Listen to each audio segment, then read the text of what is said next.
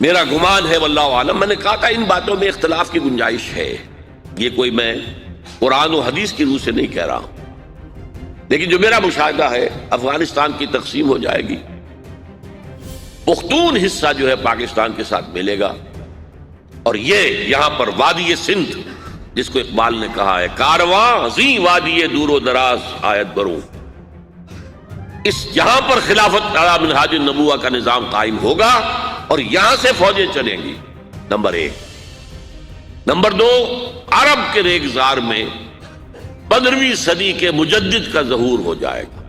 مہدی کو ہم مانتے ہیں مجدد، شیعہ مانتے ہیں 12ویں امام جو چھپے ہوئے ہیں، ان کے امام معصوم جو ہے 12، ان میں سے آخری جو ہیں وہ چھپے ہوئے ہیں غار میں 1200 برس سے، اور وہ ظاہر ہوں گے، یہ ان کا عقیدہ ہے، ہمارا نہیں ہے۔ ہم سمجھتے ہیں جیسے ہر صدی میں اللہ مجدد بھیجتا رہا، اسی طریقے سے میرے گمان میں 15ویں صدی کے مجدد جو ہیں وہ حضرت مہدی ہوں، ان کی حکومت جا کر یہ فوج قائم کرے گی، عربوں میں دم نہیں ہوگا، وہ اپنی عیاشیوں کی وجہ سے بالکل کھوکھلے ہو چکے، دولت کی فراوانی اور عیاشیاں۔ یہ بھی سننے میں آتا ہے دروغ برگردن راوی کہ اگر کوئی فوجی قافلہ ان کا چل رہا ہوتا ہے تو وہ بجائے ٹرکوں میں بیٹھنے کے وہ اپنی کاروں میں بیٹھ کے ساتھ ساتھ چلتے ہیں، وہ ٹرک خالی چل رہے ہوتے ہیں، ٹرک کی سختی جو ہے، سخت سیٹ جو ہے برداشت کرنا ان کے بس کا روگ نہیں۔ بہرحال یخرج الناس من المشرق یطیعون للمہدی، یعنی سلطان ہو، اس کی حکومت کو مستحکم ہو۔ پھر حضرت مہدی کی طرف سے شروع ہوگا معاملہ جہاد، اور یہ سارا جو ملک چھوڑ ہم مسلمانوں کے ہاتھ سے نکل گئے تھے یہ واپس لے۔ اس میں ایک کوسچن ہے جو میرے ذہن میں بہت عرصے سے تھا، جس کا کہ جواب اب مجھے سوچا ہے، واللہ عالم، یہ ساری باتیں میں کہہ رہا ہوں میرے گمان ہے، کیسے ہوگا کہ اتنی بڑی طاقت ایٹمک پاورز کے مقابلے میں مسلمان دوبارہ میدان میں آ کر اور جیتتے چلے جائیں؟ میرا گمان یہ ہے واللہ عالم، اس پورے معاملے کا سارا جو ہے ارینا جو ہے وہ ہے مڈل ایسٹ، یورپ، جس میں حدیث میں آیا ہے کہ رومی عیسائی 80 جھنڈوں تلے تم پر حملہ کریں گے اور ہر جھنڈے کے نیچے 12,000 فوج ہوگی، 10 لاکھ۔ اور مجھے حال ہی میں معلوم ہوا ہے کہ آج کل جو ایک ڈویژن ہوتا ہے وہ 12,000 کا ہوتا ہے، تو 80 ڈویژنز آرمی آئے گی۔ لیکن معلوم ایسا ہوتا ہے کہ روس، چائنا، جاپان اور میرے خیال میں انڈیا بھی یہ نیوٹرل رہے، نمٹ لو آپس میں۔ تو ابراہیمی قوموں کا جھگڑا ہے نا کہ فلسطین کس کا ہے، مسلمان کہتے ہیں ہمارا ہے، یہودی کہتے ہیں ہمارا، عیسائی کہتے ہیں ہمارا، تو نمٹ لو، سیٹل یور سکورز۔ لیکن کوئی ویپنز آف ماس ڈسٹرکشن استعمال نہ ہو، اگر وہ ہوئے تو پھر ہم میدان میں آ جائیں گے۔ میرا گمان یہ ہے کہ ویپنز آف ماس ڈسٹرکشن استعمال نہیں کر سکیں گی مغربی طاقت، اور پھر جنگ کے اندر مسلمانوں کے ساتھ جیتنا ان کے لیے ممکن نہیں۔ جن کو موت عزیز ہے، منحصر مرنے پہ ہو جس کی امید، نا امیدی اس کی دیکھا چاہیے، اور وہ مرنے کو تیار نہیں ہے۔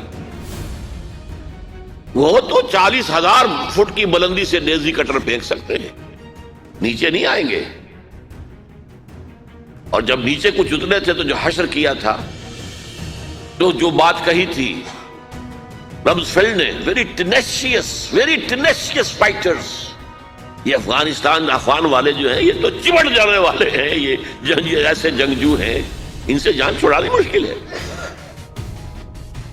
جن کے لیے موت سب سے بڑی کامیابی ہے۔ شہادت مطلوب و مقصود مومن نہ مال غنیمت نہ کشور کشائی، مسلمانوں کا مقابلہ کر سکیں گے، یہ ہے میرا گمان، واللہ عالم۔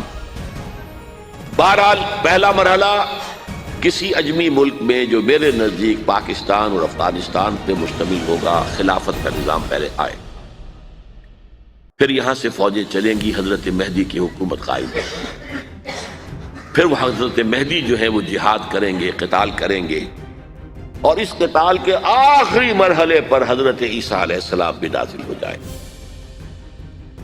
اور غالباً ان کے ذریعے سے پھر جتنا الیکٹرانک ان کا حساب کتاب ہے وہ ختم ہو جائے۔ حضور نے فرمایا ان کی آنکھوں میں ایسی تاثیر ہوگی جہاں تک نگاہ جائے گی یہودی پگھل جائیں گے، کوئی بہت بڑا لیزر ہوگا، اور ظاہر بات ہے کہ ان کے یہ ہتھیار جو ہے ان کا مقابلہ تو مسلمان نہیں کر سکتے، اور نہ ابھی آپ کو 100 برس بھی یہ سوچ سکتے ہیں کہ کوئی مسلمان ملک اتنی ترقی کر سکتا ہے کہ ان کے مقابلے میں پہنچ جائے ان ہتھیاروں کے معاملے۔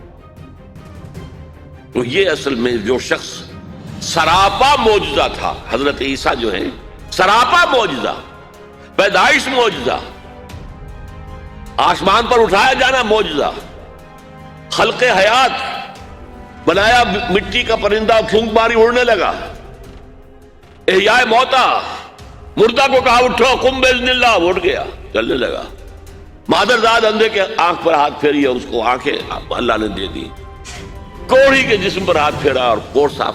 اس سے بڑے معجزے تو کسی کو دیے ہی نہیں گئے، سراپا معجزہ۔ وہی آ کر آخری جو بھی ہوگا معاملہ اس کے اندر حضرت عیسیٰ کی معجزاتی شخصیت جو ہے در حقیقت وہ فیصلہ کن ہوگی۔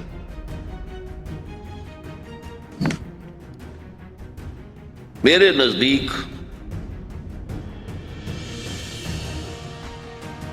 یہ ہیں وہ چیزیں جس کی بنا پر میں سمجھتا ہوں کہ حالات جو ہیں جدھر جا رہے ہیں، حضرت عیسیٰ کے آنے کے بعد 2 نتیجے نکلیں گے۔ عیسائیوں کا مذہب ختم ہو جائے گا۔ حدیث میں آیا ہے کہ عیسیٰ آئیں گے، یکسر الصلیب و یقتل الخنزیر، صلیب کو توڑ دیں گے۔ کیا مطلب؟ کہاں تم صلیب اٹھائے پھر رہے، میں صلیب دیا ہی نہیں گیا، یہ سب تمہارا ایک من گھڑت قصہ ہے، مجھے تو اللہ نے پہلے اٹھا لیا تھا، وما قتلوہ وما صلبوہ۔ صلیب ہی پر کھڑی ہوئی ہے عیسائیت ساری کی ساری، اور خنزیر کو قتل کر دی۔ خنزیر تم نے کیسے حلال کر لیا اپنے لیے؟ کبھی اسلامی شریعت کے اندر موسیٰ کی شریعت میں حرام تھا، وہی موسیٰ کی شریعت میں تمہیں دے کر گیا تھا۔ Don't think I have come to destroy law, یہ لا تم پر نافذ رہے گا۔ گویا کہ عیسائی مذہب ختم ہو کر اسلام میں مدغم ہو جائے گا، یہودی ایک ایک ختم کر دیا جائے گا۔ یہودی کیوں اس انجام کے مستحق ہیں؟ اللہ کا پرانا قاعدہ چلا آ رہا ہے، جس قوم کی طرف کسی رسول کو بھیجا، اگر قوم نے بحیثیت مجموعی رسول کا انکار کیا وہ ہلاک کر دی گئی۔ قوم نوح ہلاک ہوئی یا نہیں؟ قوم ہود، عاد ہلاک ہوئی یا نہیں؟ قوم سمود جن کی طرف حضرت صالح بھیجے گئے، قوم شعیب، عمورہ اور صدوم کی بستیاں، آل فرعون، یہودیوں کی طرف حضرت عیسیٰ کو رسول بنا کر بھیجا گیا تھا، انہوں نے رد کر دیا، محمد رسول اللہ کو رد کر دیا صلی اللہ علیہ وسلم۔ یہ اس سزا کے مستحق ہو چکے ہیں، لیکن وہ سزا ان کا رسول ہی ان کو آ کر دے گا، اسی لیے انہیں اٹھا لیا گیا، ایک پوز آ گیا ہے۔ مستحق تو ہو گئے تھے اسی وقت حضرت عیسیٰ کے زمانے میں کہ ہلاک کر دیے جائیں، لیکن حضرت عیسیٰ کے زمانے میں حضرت عیسیٰ کو اٹھا لیا اور ان کا معاملہ جو ہے وہ ملتوی کر دیا۔ جیسے کسی کو پھانسی کی سزا تو ہو جائے لیکن ابھی ایگزیکیوشن نہیں ہوئی ہے، ایگزیکیوشن جو ہے وہ ڈیفر ہو گئی۔ یہودی ختم، عیسائیت ختم، اور عیسائی سب مسلمانوں کے ساتھ شامل ہو کر ایک ملت واحدہ بن جائے۔